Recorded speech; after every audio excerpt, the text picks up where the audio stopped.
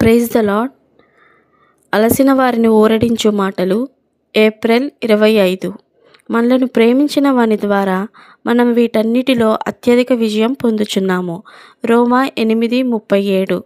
ఆయనను, ఆయన మహిమను మనం స్పష్టంగా చూడవలనని ప్రభు కోరుచున్నాడు. ఆయన ఉన్నట్లుగా ఆయనను చూడక, ఆయనను తెలుసుకొనవలసినంతగా తెలుసుకొనక పోవట చేతనే మనము అనేక కష్టములను ఎదుర్కొనుచున్నాము. మనము ఎప్పుడు నిరుత్సాహము, నిరాశ, ఓటమిలోనున్నట్లు భావించుదుమో అప్పుడు మనకు సరి అయిన పరిష్కారము ఒకటి కలదు. అది యేసుక్రీస్తు ప్రభువు వైపు తిరిగి ఆయన నూతన ప్రత్యక్షతను పొందుటయే. ప్రపంచం అంతటిలోని క్రైస్తవ ప్రజలందరూ తమలో పరిశుద్ధత లేదను విషయమును ఎరుగుదురు. దేవుని ప్రజలలో జీవము గాని, శక్తిని గాని మనం చూడలేకపోవచ్చున్నాము. అయినప్పటికీ మన ప్రభు ఇట్లు చెప్పుచున్నాడు: నేను చేయు క్రియలు నా యందు విశ్వాసముంచువాడును చేయును, వాటికంటే మరి గొప్పవియు అతడు చేయును. యోహాను 14:12. మరలా ఆయన ఇట్లనెను: ఇదిగో నేను యుగ సమాప్తి వరకు సదాకాలం మీతో కూడా ఉన్నాను. యేసుక్రీస్తు నిన్న నేడు ఒక్కటే రీతిగా ఉన్నాడు అని హెబ్రీ 13:8లో చదువుచున్నాము. దేవుని వాక్యంలోని ఈ వచనములు దాదాపు ప్రతి క్రైస్తవుడు ఎరిగినవే అనియు మన దేవుడు ఎన్నడూ తప్పిపోడనియు చూపించుచున్నవి. అయితే మనము తప్పిపోయిన వారము గనుక ఆయన శక్తిని పొందలేకున్నాము.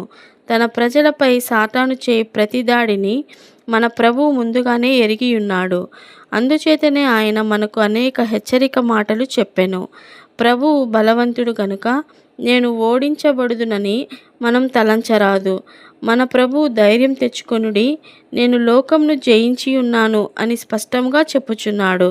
కేవలము ఆయన వలననే, ఆయన ద్వారానే విజయంను పొందగలము. విజయవంతమైన క్రైస్తవ జీవితమును అనుభవించక మునుపు ఆయన విషయమైన స్పష్టమైన దృష్టి మనకు అవసరమై ఉన్నది. అత్యధిక విజయం పొందునట్లు మనము ఏ విధముగా ప్రభువైన యేసుక్రీస్తు యొద్దకు రావలెనో దానిని ప్రకటన గ్రంథంలో చదువుచున్నాము. ఈ గ్రంథంలోని వర్తమానము సంపూర్ణ విజయంను గుర్చిన వర్తమానమే. నూతన సృష్టిలోని సమస్తమును పొందుటకు, మనం పొందిన ప్రతి నష్టమును తిరిగి సమకూర్చుకొనుటకు ఈ విజయము మనలను అర్హులనుగా చేయును. మనము దేనిని పోగొట్టుకొనుటకు ఇష్టపడము, అయినప్పటికీ మనం పోగొట్టుకొనుట అనున్నది తప్పక జరుగును. మనము నిర్లక్ష్యం వలన, దొంగిలించబడుట వలన, మరిచిపోవట వలన పోగొట్టుకొందుము. మనం పోగొట్టుకొనినవి అనేకములు. ఒక దినమున ఎవరో నీ యొద్దకు వచ్చి, అయ్యా, నీవు నాతో వచ్చి నీవు పోగొట్టుకున్న వాటన్నిటినీ చూడుము అని నీతో చెప్పిరనుకొందుము. అప్పుడు నీవు అతనితో వెళ్ళి నీవు పోగొట్టుకున్నవన్నీ కనుగొని తిరిగి అవి క్రొత్తగా అగుటను చూచితివనుకొనుము. అప్పుడు నీవు అధికముగా సంతోషించవా? ప్రభువుకు స్తోత్రము, నేను పోగొట్టుకున్నవన్నీ సంపాదించుకొంటిని అని అందువు.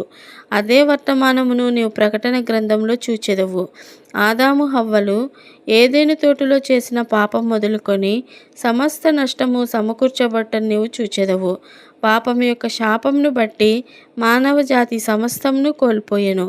మనము నష్టపడిన దాన్నంతటినీ సమకూర్చుటకే యేసుక్రీస్తు ప్రభు ఈ లోకమునకు వచ్చెను. మన ప్రభు అద్భుతములు చేయును. పాపము చేత పతనమైన మన జీవితములను ఆయన పరిపూర్ణమైనవిగా చేయును.